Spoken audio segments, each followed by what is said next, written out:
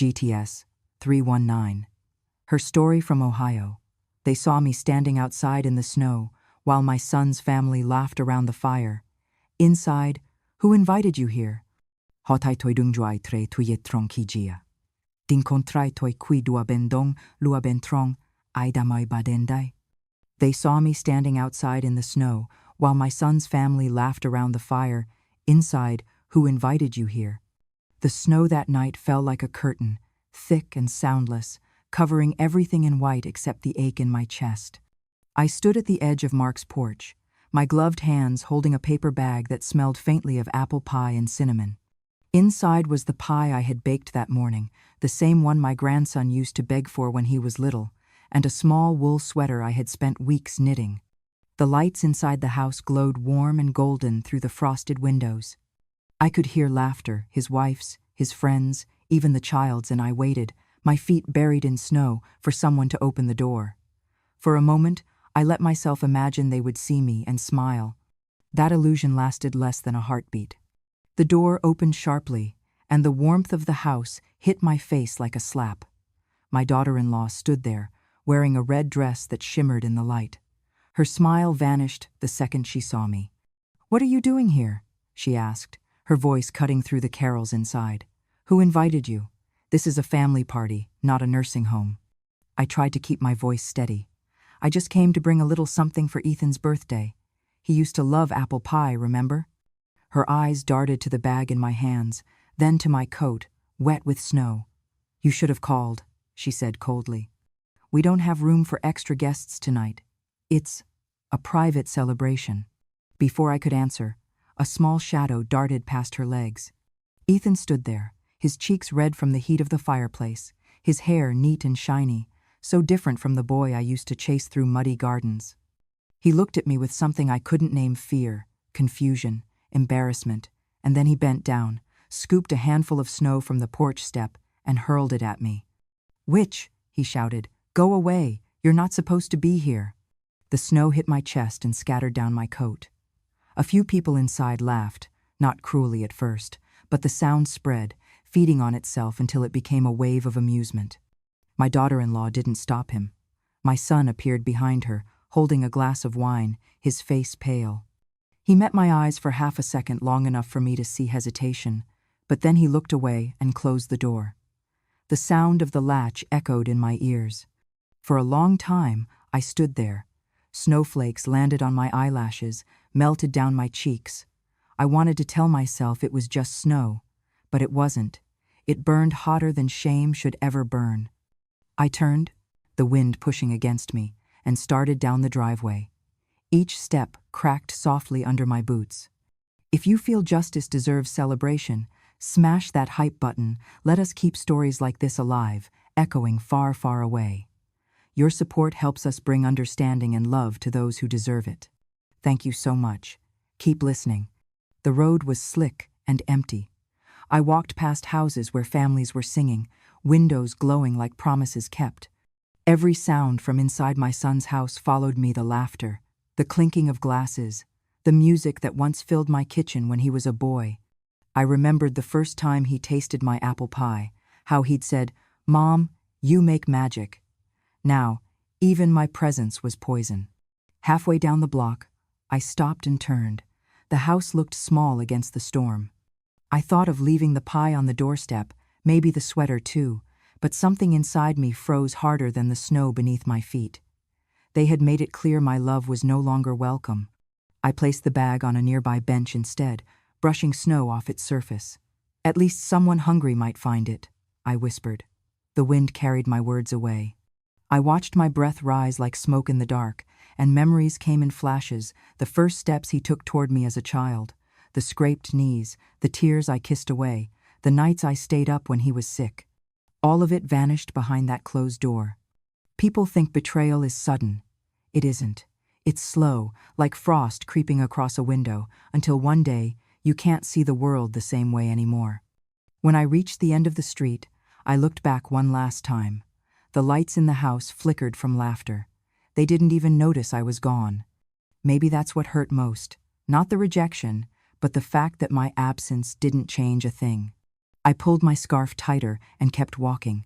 The snow kept falling, soft and endless, and for the first time that night, I realized how quiet the world could be when no one is waiting for you to come home.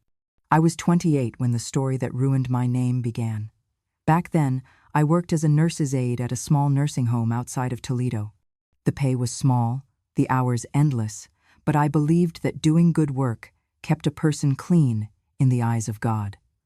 My husband's family thought differently. They owned half the real estate in the county and measured decency by the thickness of a bank account. I married their youngest son, a quiet man who carried his father's arrogance like a hand-me-down suit. I didn't come from much. My parents were mill workers, both gone before I turned 25. I spoke softly, laughed too easily, and worked too hard. His family saw that as weakness. They called me the charity case. Still, I stayed polite, cooked for them on Sundays, smiled through their backhanded compliments. I thought time would earn me a place at their table. One night at the nursing home, I found my father-in-law in a patient's room after hours. The young nurse there was crying, her uniform torn at the shoulder. He was drunk, his shirt open, smelling of expensive whiskey and sweat. I pulled her out and told her to go home. She quit the next morning, but I couldn't. My conscience wouldn't let me. I filed a report, wrote down everything I'd seen. I believed the truth would protect me. The next day, the director called me in. He said there'd been a misunderstanding. The family had donated a new wing to the home, and it would be best for everyone if I kept quiet. A week later, the newspaper printed a story: "Disgruntled employee attempts to blackmail prominent businessman." My name was there, right below his photo. They made me sound like a liar, a schemer, a woman scorned. When I went home, my husband's face was gray with shame. "You should have come to me first," he said. "You don't know how this looks," I said. "It looks like the truth." He packed a bag that night and never came back. His mother told neighbors I was mentally unstable. My father-in-law hired lawyers. Within months, I lost my job, my friends, and every trace of a good reputation. People in town stopped meeting my eyes. The bakery refused to serve me. Children whispered when I walked by. Once, a woman at the grocery store spat near my shoes and muttered, "Slut." It took years for me to realize how fast a lie can grow once money starts watering it. I moved to a small apartment and kept working cleaning houses, caring for old women whose families rarely visited. Even as I moved into that modest apartment a town away, the phone still rang. I answered every time, even when the voices on the other end grew shorter, more distracted. The connection was still there, thin, but alive. But the invitations stopped coming. I kept my head down. My son, Mark, was 6 then. He was kind and bright and believed everything his father's family told him. When he stayed with them on weekends, he came back quiet, his eyes avoiding mine. One night he asked, "Mom, why did you hurt Grandpa?" I told him I didn't. He didn't believe me. As he grew older, their version of the story hardened inside him. In high school, when his friends teased him about the newspaper article, he stopped inviting me to events. I didn't blame him. Shame spreads faster than truth. When he went to college, I sold my mother's wedding ring to pay the tuition deposit. I wrote him letters every week. He rarely answered. I kept hoping time would fix what lies had broken. It never did. Years later, when he brought home the woman he would marry, she shook my hand like she was touching something contaminated. Her family owned a chain of boutiques. They spoke in polished tones about legacy and image. I could see in her eyes that she already knew the story. She avoided standing next to me in photographs. Once, when I offered to help prepare dinner, she said, "You don't have to, Martha. Just relax. We'll handle the cooking." The way she said "we" meant not you. After they married, she stopped pretending. During one Thanksgiving, while passing dishes around, she said in front of everyone, "We're so proud to have rebuilt the family name after what happened years ago." Then she looked straight at me and smiled like a cat. My son said nothing. He just poured himself another drink. They moved into a new house a few years later, bought partly with the savings I had given them for their wedding. I didn't mind. I wanted Mark to be happy. I never mentioned that my name was still on the partial deed. He had promised to handle the paperwork, and I trusted him. I told myself it didn't matter that the deed still bore my name. It was in his hands now, so I believed. The papers were safe somewhere in a drawer, gathering dust, just like all the promises that had once meant something. But the unspoken rule became clear. I was the stain on their perfect image. I was tolerated, not welcomed. When guests came over, I was introduced as Mark's mother, without a first name, as though that small distance could erase my past. Once, when I overheard my daughter-in-law on the phone, she was laughing with a friend.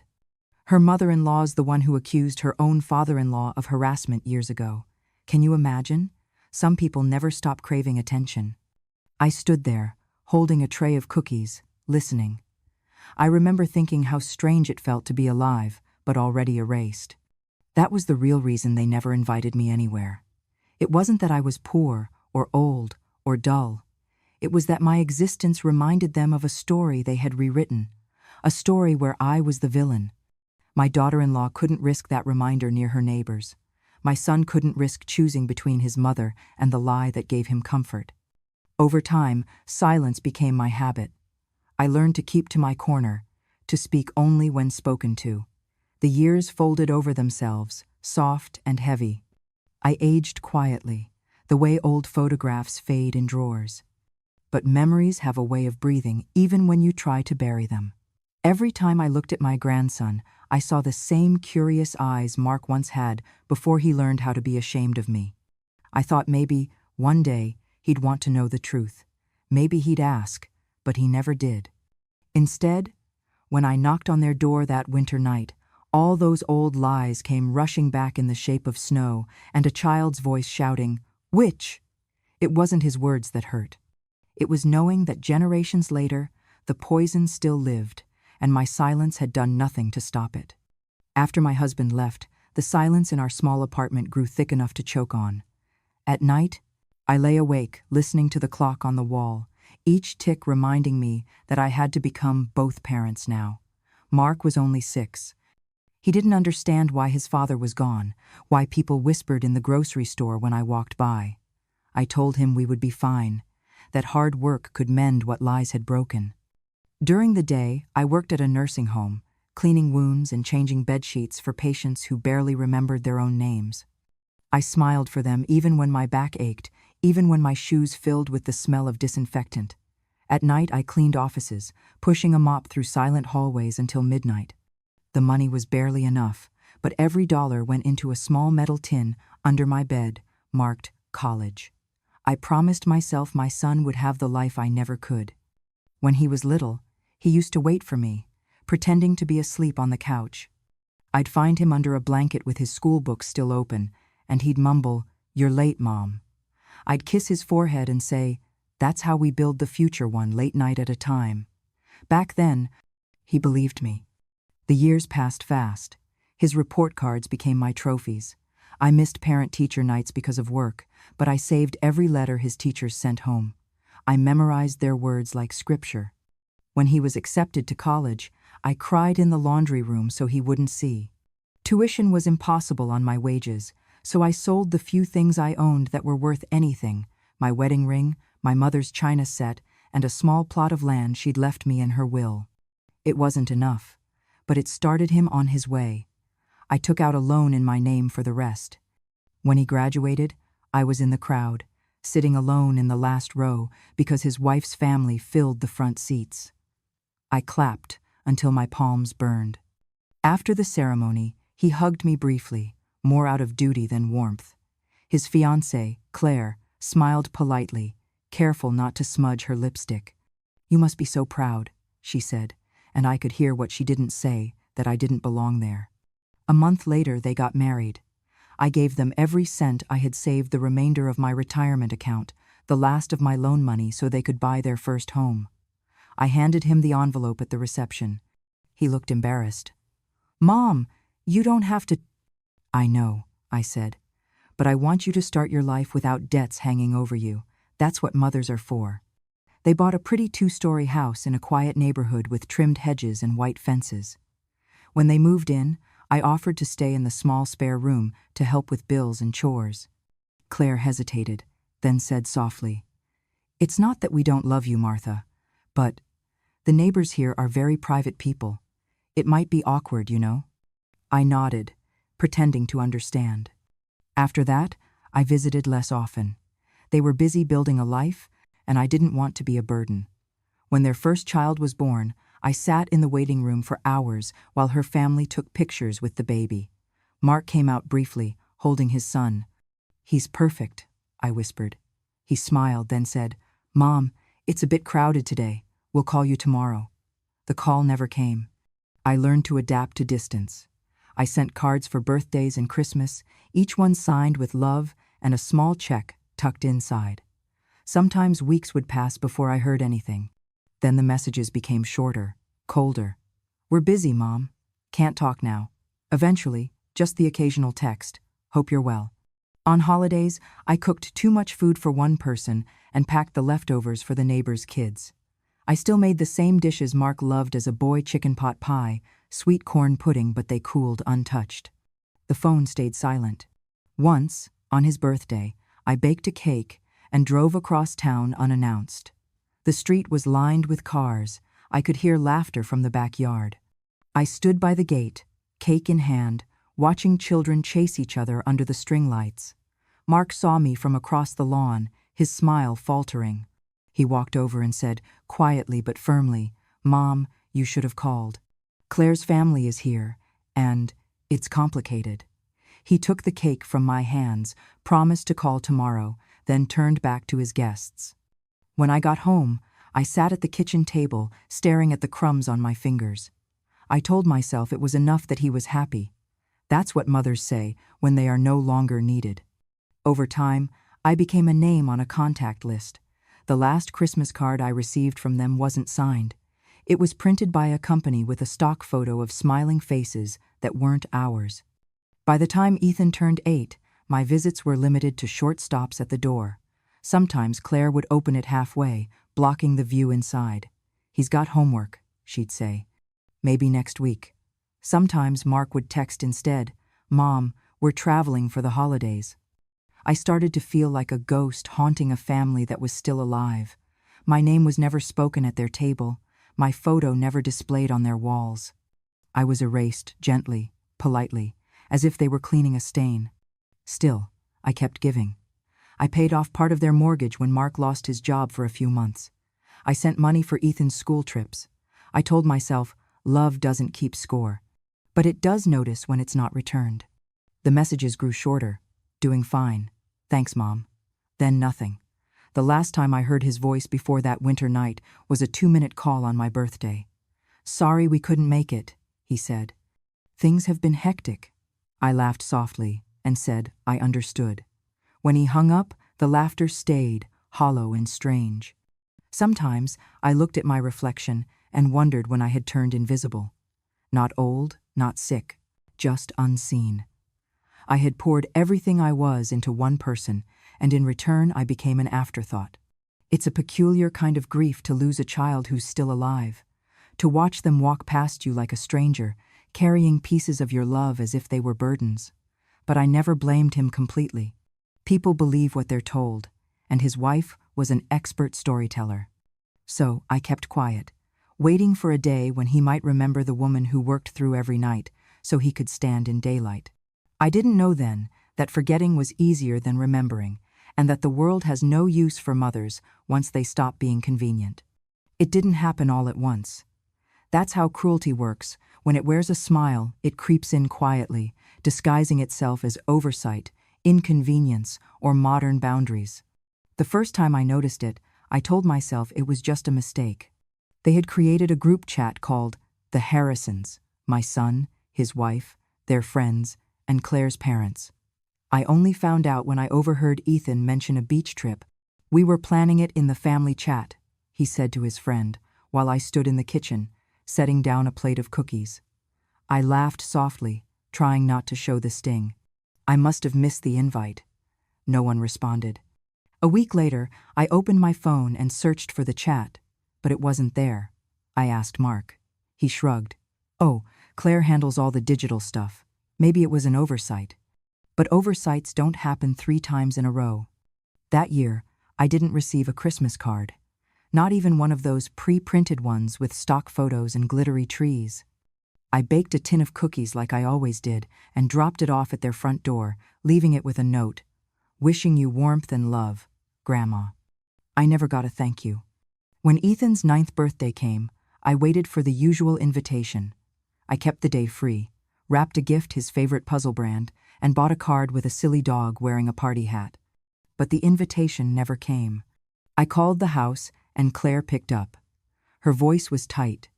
"Oh, I'm so sorry, Martha. It must have slipped our minds. It was just a small gathering." 2 days later, I saw pictures on Facebook. Dozens of balloons, a magician, 3-tier cake, and Claire's parents front and center, holding Ethan like he was theirs. I wasn't in a single frame. Still, I kept reaching out.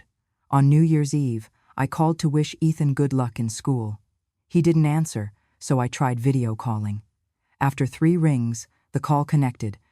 "Hi, sweetheart," I said. "Just wanted to see your smile." Claire's face appeared, tight-lipped and tired. "Now's not a good time." Before I could respond, the screen went black. A few minutes later, a message came through. "You should leave the kids alone. Don't interfere. They need stability, no messy past." I stared at the message for a long time. I didn't reply. I didn't know how. Then Ethan stopped calling me Grandma. The first time he used my name, I laughed, thinking it was a joke. "Martha, can you just stop messaging so much?" he said in a tone too mature for a child. "You always send weird stuff." Weird stuff. Birthday cards, photos from when he was a baby, stories I thought he loved. I asked Mark once, quietly, "Does he still want to talk to me?" He hesitated. "Kids grow fast, Mom. He's different now." No, he wasn't. He was learning. Learning how to forget, how to unlove, how to turn family into strangers. The last time I saw him in person was at the grocery store. He was walking with Claire, earbuds in, tapping on his phone. I called out, softly, "Ethan?" He looked up, met my eyes, and turned away. Claire didn't even glance back. That night, I sat by my window and watched the wind push dried leaves along the pavement. I thought about how my name was no longer on their lips, not as Mom, not as Grandma, just Martha. It hit me slowly, the realization that I had been removed not with malice, but with neglect. As if I were a stain on a tablecloth they were too polite to mention, so they folded the fabric differently and hoped I'd go away on my own.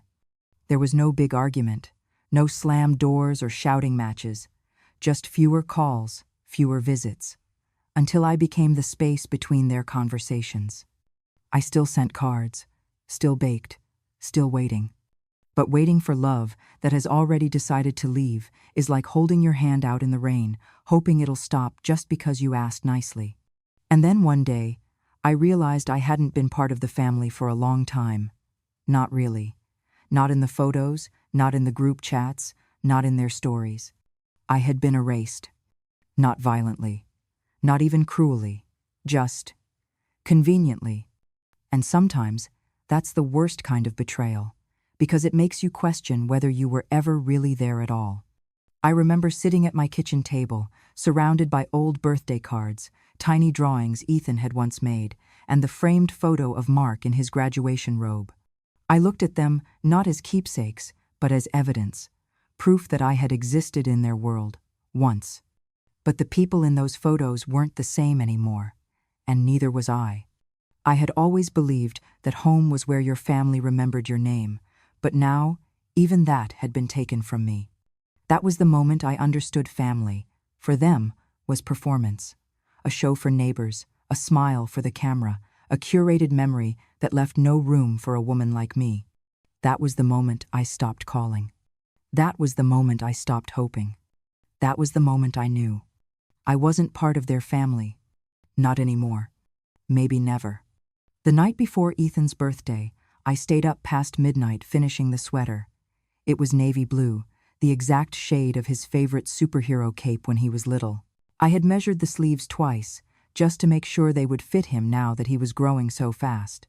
I wrapped it carefully in brown paper and tied it with twine.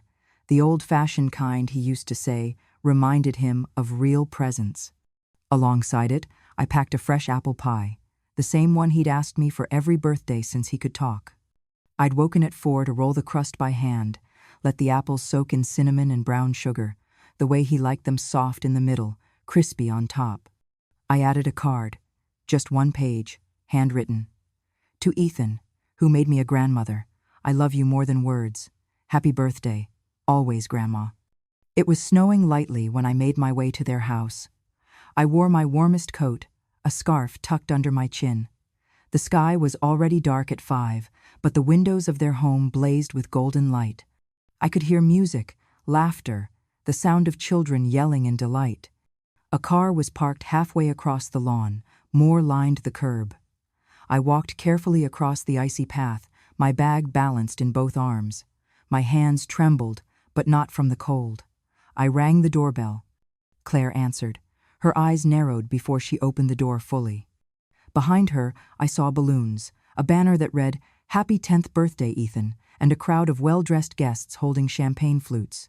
"Martha," she said flatly, "what are you doing here?" I smiled and lifted the bag slightly. "I brought Ethan a gift, just a little something."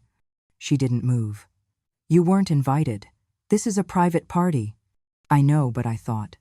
It's not a good time." She started to close the door. Then Ethan appeared behind her, dressed in a sharp little blazer, his hair slicked back. He looked up and saw me. For a second, I thought I saw his face brighten. Then Claire turned to him. "Go back inside, sweetheart. Grandma's just leaving." He didn't argue. He didn't say hello. He just turned around and vanished into the noise. My son was next. He came to the door, glancing behind him. He saw me, saw the gift, saw my red frozen hands. "Mom," he said quietly, "it's really not a good moment. Claire's family's here. We're already at capacity." I stood there for a moment. I only wanted to give him something. "I won't stay." He nodded. "Thanks, Mom. I'll give it to him." I handed him the bag. He took it as if it weighed too much. I stepped back into the snow. No one said goodbye. No one closed the door behind me. They just moved on. I walked back to the sidewalk, the music and laughter fading behind me. Each step in the snow felt heavier than the last. At the end of the street, I turned around. The house looked so warm. I didn't cry. The next morning, I couldn't sleep. The wind was howling, the sky white with fresh snow. I told myself I just wanted to make sure they got the pie, that it hadn't been ruined in the handoff. So I walked back. I didn't expect a welcome. I didn't expect thanks. What I found was the trash bin at the curb, half open. The brown paper from the sweater was torn, snow-soaked. The pie tin was there, upside down, crust smeared across the side, ants already finding it. The card my handwriting smudged was balled up, water-stained. It hadn't even made it past the night. I reached in and pulled the whole bag out. It was cold and wet, but I held it like something sacred. I looked up at the windows. No one was watching. Of course not. I was invisible. Back home, I laid the sweater flat on the kitchen table. It smelled like garbage now, the pie ruined. I washed my hands slowly. My phone buzzed. A message from Claire. "You really shouldn't show up like that. It confuses Ethan. He's been nervous all night. Please stop. You are not welcome here. It's better for everyone." I read it twice. Then I turned the phone off. I didn't cry. But something inside me, something that had held on for too long hope, maybe broke in silence. I sat by the window, the ruined sweater still drying by the heater. The snow outside looked beautiful, pure, untouched. And for the first time, I didn't feel guilty for being angry. They had not just forgotten me. They had discarded me. And I, in my foolishness, had kept giving. Love, when it is one-sided, stops being love. It becomes a kind of bleeding.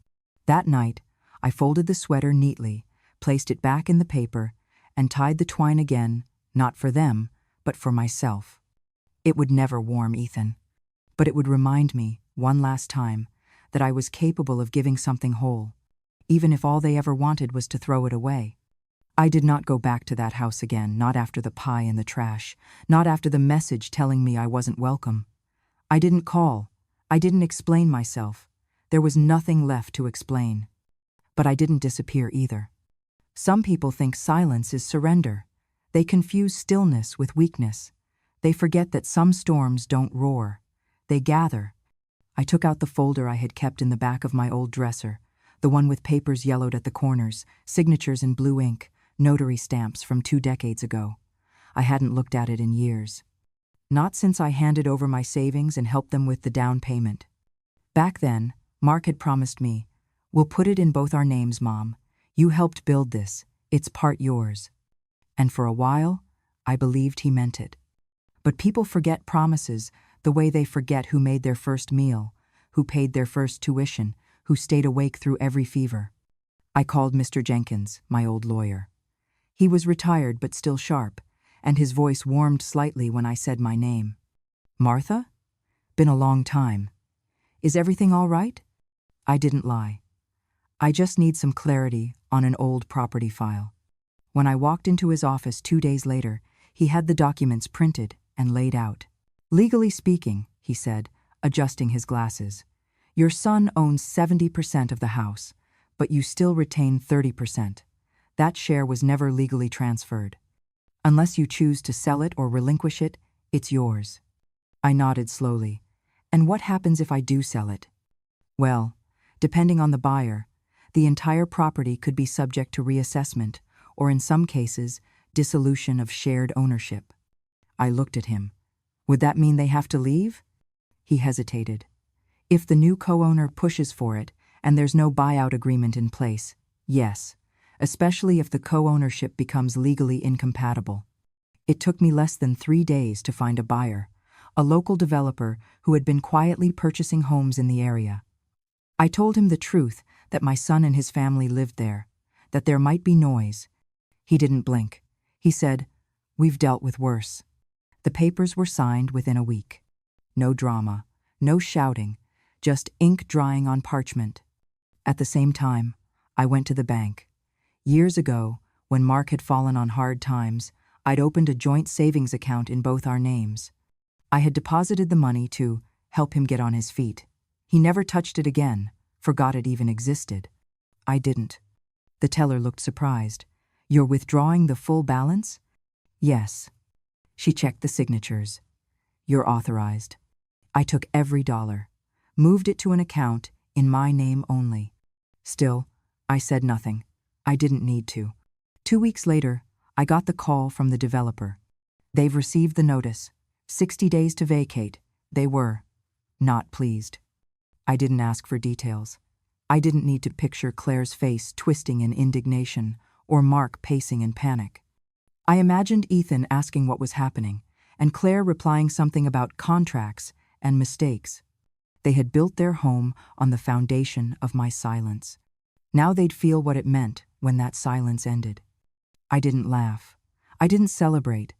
But something inside me, something that had been buried beneath years of apologies and swallowed pain, unfolded quietly, like a fist unclenching.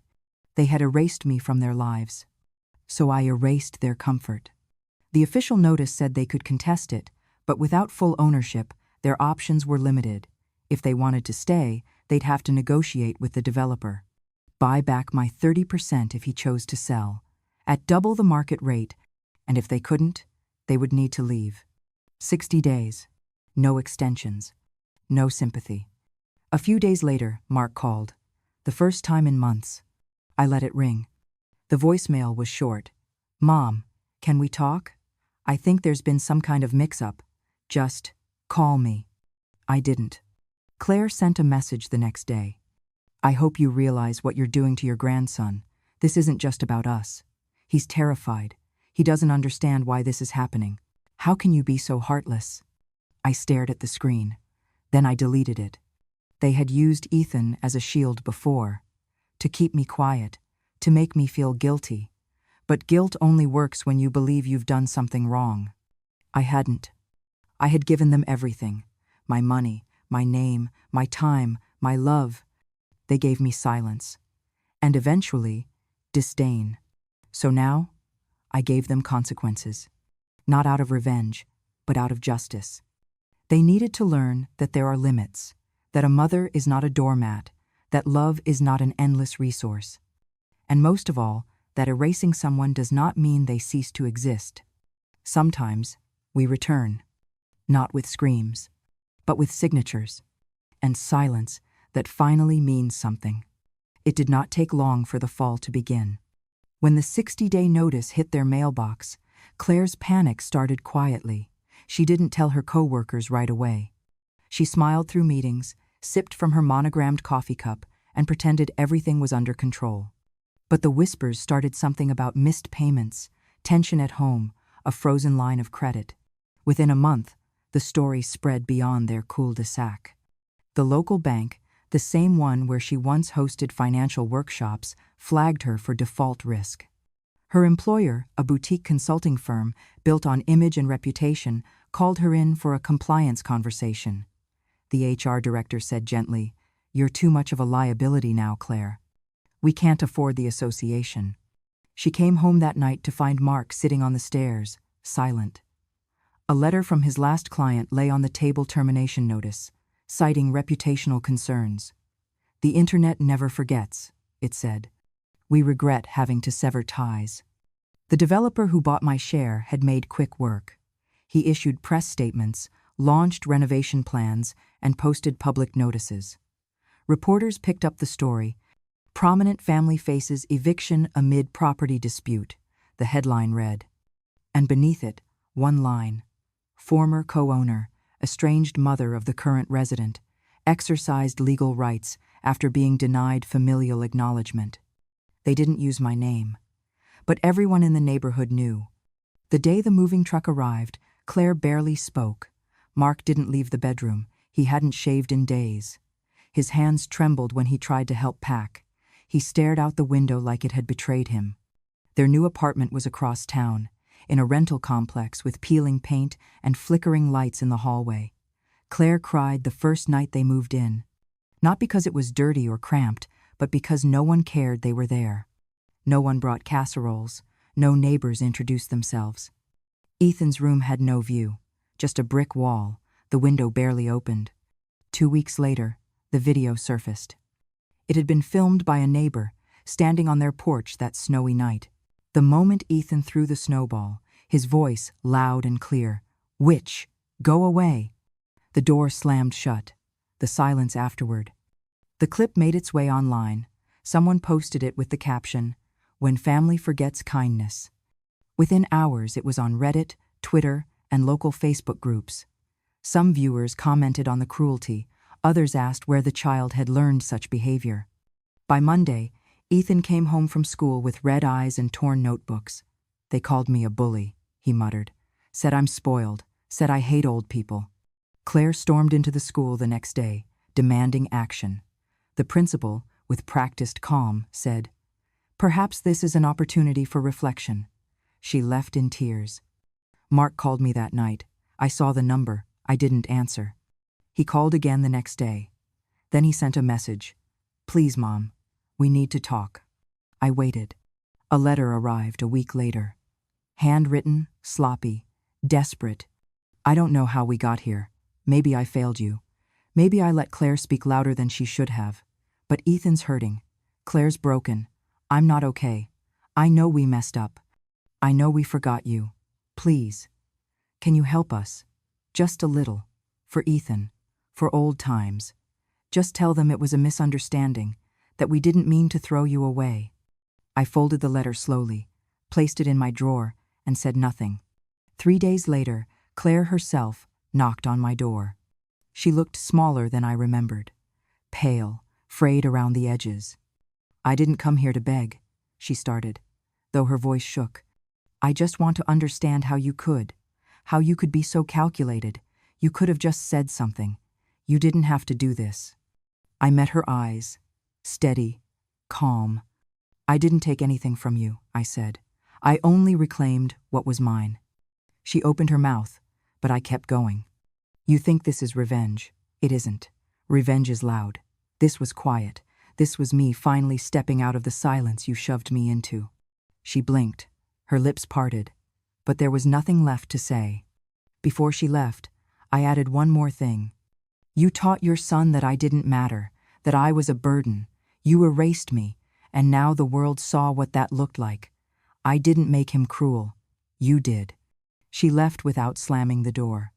Later that week, Mark sent one final message. I don't expect forgiveness. I just wanted to say, you were right. We forgot who built our home. We forgot you were never just a shadow. I'm sorry, Mom. I stared at the screen for a long time. I didn't reply. Forgiveness is not always a gift. Sometimes it's a privilege. And sometimes people have to live with the absence of it. They lost their house.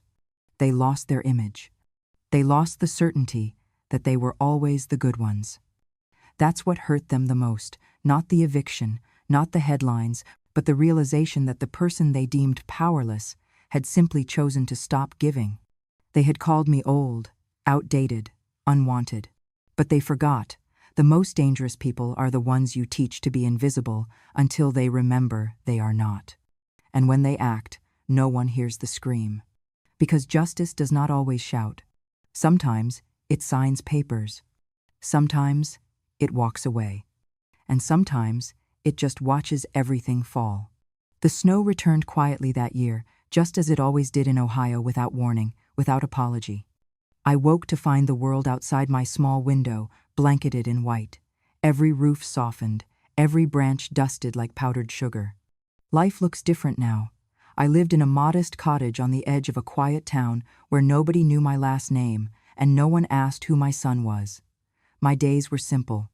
I tended to my little garden even in the cold months, grew winter greens, mended old clothes, fed the birds, and drank hot tea in silence. A calico cat named Olive had taken to following me around, curling on my lap when I read by the fire. Peace, I learned, doesn't always arrive with answers. Sometimes it shows up in the absence of noise, in the relief of no longer being needed, in the quiet dignity of choosing your own company over the pretense of love. That morning, I opened the door, expecting only cold air and the crunch of snow beneath my boots. But there it was, a plain white envelope sitting on the doorstep. My name was written across the front in a crooked, childlike scrawl. I didn't move for a long moment. I just stood there, holding it, my breath visible in the cold. Inside, folded once, was a sheet of notebook paper. Dear Grandma, I'm sorry. I didn't understand before, but I miss you now. I had a dream you were hugging me again, like when I was little and you read me stories. You made me warm. I'm sorry if I hurt you. Love, Ethan. The ink was slightly smudged, whether from snow, tears, or nervous fingers, I couldn't say. I sat down at my small kitchen table, read it again. Then a third time. I pressed the letter gently to my chest and closed my eyes. Later that afternoon, I opened the drawer where I kept my best yarn. I chose a soft wool in the color of the early morning sky, muted and warm. I knitted a small scarf, just long enough to wrap once around a boy's neck. No fancy patterns, no buttons or decorations, just warmth. I wrapped it in brown paper, tied it with twine, and slipped a note inside. It said, "This winter, learn how to keep yourself warm. I am still here, but I will not come back." At the post office, I gave the woman behind the counter the address I knew by heart, though I hadn't spoken it aloud in over a year. Then I walked home slowly, watching the snow fall onto empty streets. Back inside, I lit a small lamp, poured myself a cup of tea, and sat in my chair by the window. Olive climbed onto the sill, her tail swishing lazily as she watched the world outside. Snowflakes danced in the soft yellow light, fluttering like memories that had finally learned to rest. I didn't cry. I didn't smile. I simply watched. Not with sadness, not with regret. Just with the quiet understanding that sometimes the most powerful answers are the ones left unspoken. Some wounds are not meant to be healed by return but by distance, by boundaries kept, not bridges rebuilt. Some justice lives not in revenge but in absence. And in that silence, I found peace. not the kind others give you, but the kind you claim, alone, at last. Thank you for listening to this story. If it touches something deep inside you, if you've ever been forgotten, dismissed, or made to feel like you were nothing, know this: you are not alone. Some stories don't shout, they whisper, they wait. And when they're finally told, they carry the weight of every quiet woman who was ever pushed aside. If you believe in stories like these, true, raw, and quietly powerful, don't forget to subscribe to Grandma True Stories. Hit that bell icon so you never miss a voice that finally dares to speak. Because wisdom doesn't fade, it remembers. And when a grandmother speaks, the world finally listens.